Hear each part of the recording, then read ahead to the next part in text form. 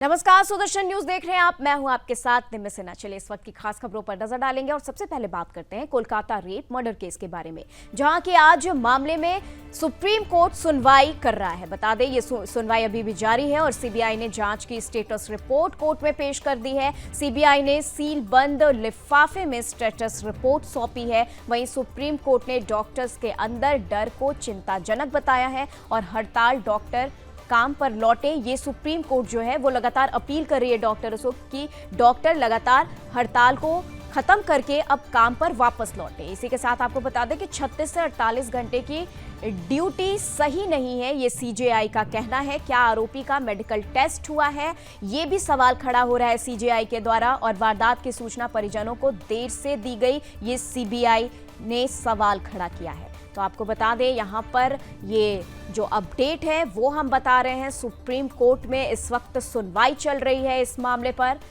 और सुनवाई के दौरान सीबीआई ने जांच की स्टेटस रिपोर्ट सुप्रीम कोर्ट को सौंप दी है। सीबीआई ने सील बंद लिफाफे में ये स्टेटस रिपोर्ट सौंपी है। इसी के साथ सुप्रीम कोर्ट ने डॉक्टर्स के अंदर डर को चिंताजनक बताया है। मतलब डॉक्टर के अंदर जो डर है उसको चिंताजनक बताते हुए सुप्रीम कोर्ट ने कहा है कि हड़ताल को खत्म करना है और डॉक्टर को वापस काम पर लौटना है। ये सुप्रीम कोर्ट का आदेश है। वहीं 36 से 48 घंटे की ड्यूटी डॉक्टर्स की सही नहीं है, ये सीजेआई ने कहा है। और आरोपी का मेडिकल टेस्ट हुआ है या नहीं, ये सीजेआई सवाल कर रही है। और वारदात की सूचना परिजनों को देर से दी गई, ये सीबीआई ने जानकारी दी है। तो आपको बता दें ये जो तमाम अपडेट है इस खबर पर, ये हम आप तक पहुंचा रहे हैं, जहां कि कोलकाता रेप मर्डर मामले में अब सुप्रीम कोर्ट स्वतः संज्ञान लेते हुए इस पर सुनवाई कर रहा है। और आपको बता दें आज सुप्रीम कोर्ट एक और सुनवाई कर रहा है जिस पर बंगाल सरकार और इसके साथ ही सीबीआई से रिपोर्ट मांगी गई थी कि ये केस में क्या कुछ एक्शन लिया गया है। और इसको लेकर एक बंद लिफाफे में, एक सील्ड लिफाफे में सीबीआई ने ये रिपोर्ट सौंपा है सुप्रीम कोर्ट को।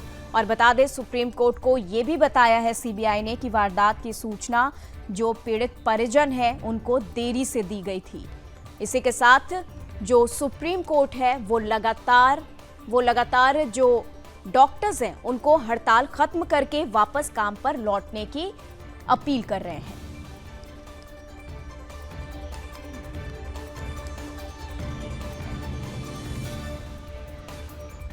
तो चलिए इसी के साथ खबरों में आगे बढ़ते हैं और महाराष्ट्र में बुधवार को छत्रपति संभाजीनगर में जटवारा रोड के ओवर गांव में जिहादी कासिम पठान के अत्याचार से तंग आकर आत्महत्या करने वाली नाबालिग मराठा हिंदू युवती के परिजन और शक्ल हिंदू समाज के हिंदुओं ने छत्रपति संभाजीनगर के Harsul T point Jalgaon national highway पर आक्रोश मोर्चा निकालकर सड़क जाम कर दिया और फास्ट ट्रैक कोर्ट में इस केस को चलाकर आरोपी जिहादियों पर कड़क कार्रवाई की मांग की है। बता दें कि आरोपी जिहादी कासिम पठान पिछले 8 महीने से मराठा हिंदू नाबालिग युवती को एक तरफा प्यार के जाल में फंसाने के लिए प्रताड़ित करता आ रहा था और पीड़ित नाबालिग बहन ने विरोध किया तो जिहादी कासिम पठान ने धमकी दिया कि अगर वो ऐसा नहीं करेगी तो उसके भाई को जान से मार दिया जाएगा। वहीं रक्षाबंधन पर भाई की कलाई पर राखी बांधने वो गांव लौटी थी नाबालिग युवती और इसी दरमियान जिहादी से प्रताड़ित होकर कुएं में कूदकर उसने अपनी जान दे दी।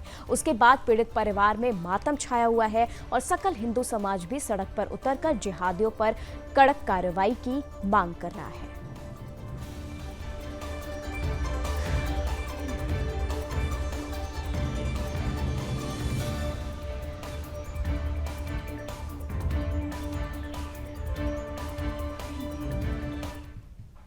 तो चलिए इसी के साथ खबरों में आगे बढ़ते हैं और मध्य प्रदेश के छतरपुर में पुलिस कोतवाली पर जिहादियों की भीड़ ने हमला कर दिया। बता दें कि हमले में छतरपुर पुलिस के एडिशनल एसपी सहित 2 पुलिस अधिकारियों को भी गंभीर चोटें आई। बता दें कि पैगंबर मोहम्मद पर रामगिरी महाराज द्वारा महाराष्ट्र में की गई टिप्पणी को लेकर गुस्साए जिहादियों ने पुलिस कोतवाली का घेराव करने के बाद पथराव किया। वहीं पथराव में एडिशनल एसपी विक्रम सिंह और कोतवाली थाना प्रभारी अरविंद कुजू सहित पुलिस कर्मियों को गंभीर चोटें आई हैं। घटना के बाद छतरपुर में कर्फ्यू जैसे हालात बने हुए हैं। इलाका छावनी में तब्दील होता दिख रहा है। घटना में आरोपियों की सीसीटीवी और मीडिया कर्मियों के वीडियो के आधार पर शिनाख्त भी की गई है।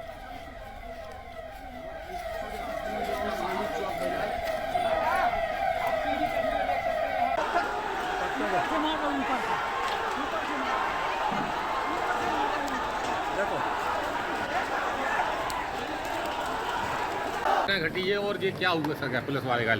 अभी थाना कोतवाली पे घटना घटी है जिसमें हमारे DI साहब को चोट लगी है। अभी हम कानून व्यवस्था की तरफ नज़रिए से एसपी साहब और हम लोग निरीक्षण कर रहे हैं, फिर जैसा भी होगा और अपडेट होंगे। सर किसने पथराव किया है सर, क्या हो रहा था कोतवाली में? कौन घायल हुआ है सर? अभी फिलहाल 2 पुलिस वालों की सूचना मिली है जिसमें उनको चोट लगी है। अभी उन्हीं को देखने हम आए थे। अब एक बार हम लोग शहर का भ्रमण कर रहे हैं, फिर कानून व्यवस्था का जायजा लेकर एडीएम साहब का ड्राइव तो जो मौलाना हैं सैयद हाजी अली और सैयद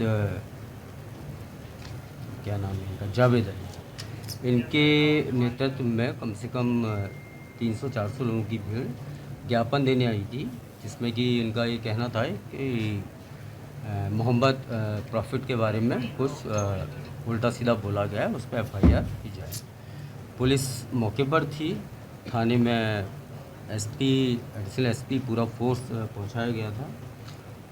भीड़ एकदम से उग्र हुई और उन्होंने पथराव चालू किया और कम से कम ये जो घटनाक्रम था ये कम से कम 5-10 मिनट थाने में चला।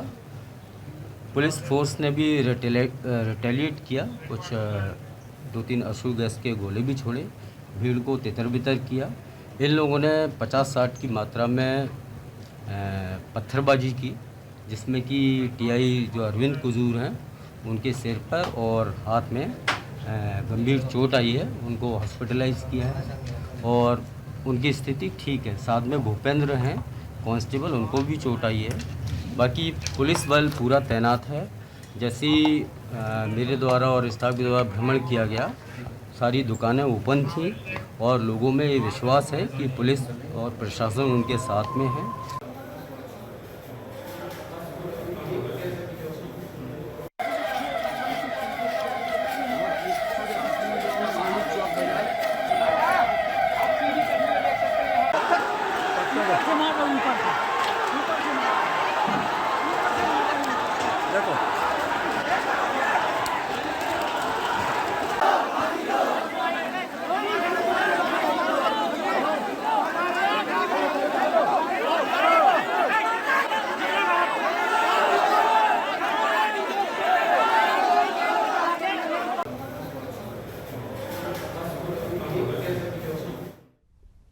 चलिए खबरों में आगे बढ़ते हैं और असम सरकार आज विधानसभा में मुस्लिम marriage and divorce registration bill 2024 पेश करेगी। बता दें इसके तहत मुस्लिम समाज के लोगों को शादी और तलाक का रजिस्ट्रेशन करना जरूरी होगा। बुधवार को असम कैबिनेट ने बिल को मंजूरी दी थी। बता दें कि मानसून सत्र से पहले हिमंत बिस्वा शर्मा ने कहा कि नए कानून से 18 वर्ष से कम आयु के लोगों के विवाह पंजीकरण पर रोक लगेगी।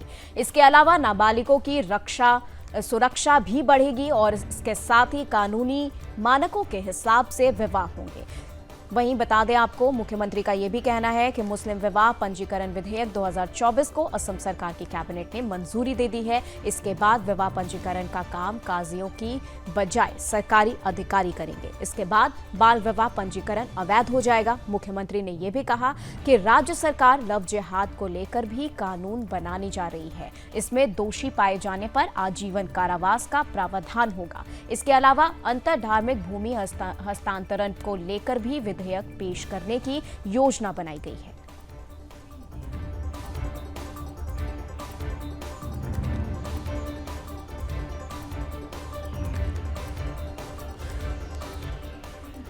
तो बता दें आपको, यहाँ पर हिमंत बिस्वा शर्मा असम के मुख्यमंत्री ने ये इस पर बता दें आपको, इन्होंने इस बात पे मुहर लगाई है कि अब जो लव जिहाद रोकने के लिए इन्होंने ये कानून बनाया है। असम सरकार विधेयक पास की है जिसमें लिखा है कि मुस्लिम marriage and divorce registration bill की आज पेशी की गई है और निकाह और तलाक का पंजीकरण अब किया जाएगा और तभी इसे कानूनी तौर पर इसे समझा जाएगा। और इसी के साथ जो 18 साल से कम आयु के जो युवक हैं, युवती हैं, उनके निकाह को अवैध नहीं माना जाएगा। और इसी के साथ अब काजिया की जगह पर सरकारी अधिकारी ये निकाह कराएंगे या फिर तलाक कराएंगे।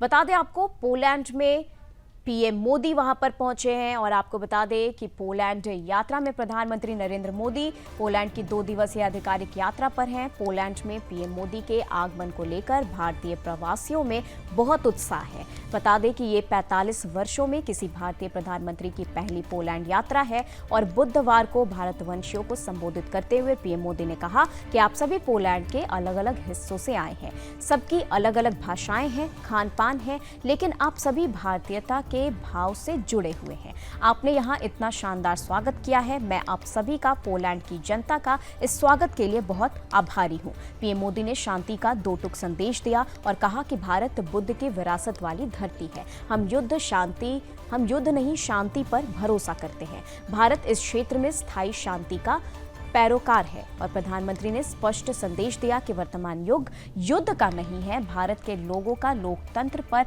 अटूट भरोसा है। ये भरोसा हमने हाल ही में चुनाव में देखा है। मैंने देश की जनता को वादा किया है कि मेरे तीसरे टर्म में भारत दुनिया की तीसरी सबसे बड़ी अर्थव्यवस्था बनकर रहेगा।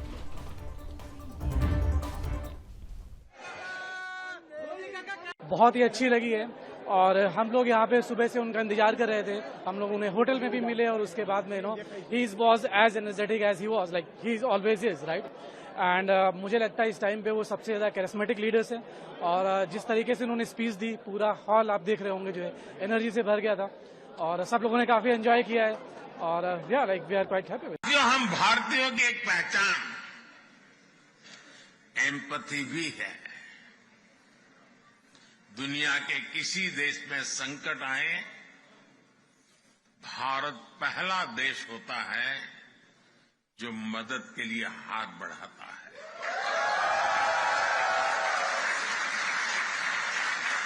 कोविड आया, 100 साल की सबसे बड़ी आपदा आई, तो भारत ने कहा ह्यूमैनिटी फर्स्ट। हमने दुनिया के 150 से ज्यादा देशों को दवाइयां और वैक्सीन भेजी। दुनिया में कहीं भी भूकंप आता है, कोई प्राकृतिक आपदा आती है, भारत का एक ही मंत्र है, ह्यूमैनिटी। कहीं युद्ध हो तो भारत कहता है ह्यूमैनिटी, और इसी भाव से भारत दुनिया भर के नागरिकों की मदद करता है।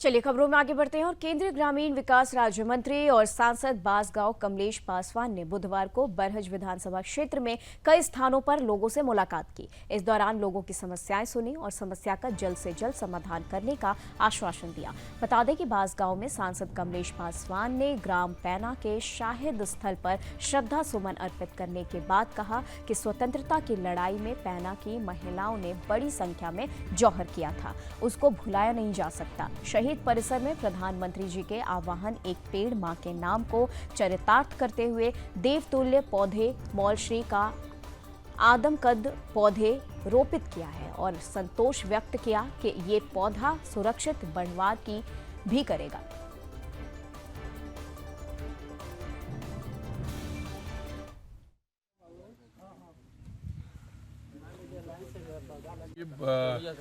हमारे बरहज विधानसभा की एक शान है, जहाँ पर शहीद स्मारक पैना, जहाँ की यहाँ वीरांगनाओं ने अपनी जान की आहुति देकर इस देश को बचाने के लिए अपनी प्राण की आहुति दी थी।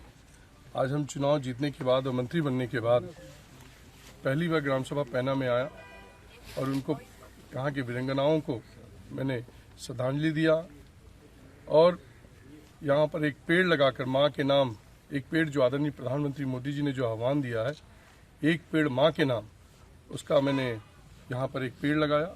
और मैं सबसे आह्वान करता हूँ, अपने बरहज विधानसभा से और जो लोग मेरी बात सुन रहे हैं उन सब लोगों से कि अपने घर पर ही एक पेड़ माँ के नाम पर लगाएं, ताकि आदरणीय प्रधानमंत्री जी का जो मिशन है इस देश को हरित क्रांति के ले जाने के लिए वो सफल हो सके। इस शहीद स्थल के लिए करेंगे क्या आप? इस शहीद स्थल के लिए मैंने करीब 60 लाख रुपए आदरणीय मुख्यमंत्री जी से मिलकर मैंने यहाँ की जो आप देख रहे हैं व्यवस्था, जो पहले की व्यवस्था थी और जो आज की व्यवस्था है, ये जो आप देख रहे हैं ये हम ही लोगों की देन है आदरणीय। और इसमें और भी जो कार्य हैं, जो छोटे मोटे जो कार्य बचे हैं, चाहे जो भी हैं, उसको हम लोग जो करने का काम करें।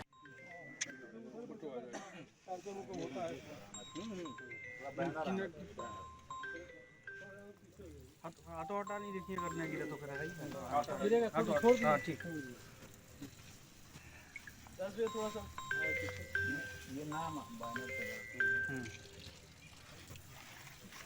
ठीक है, हो गया। यहाँ तक आया होता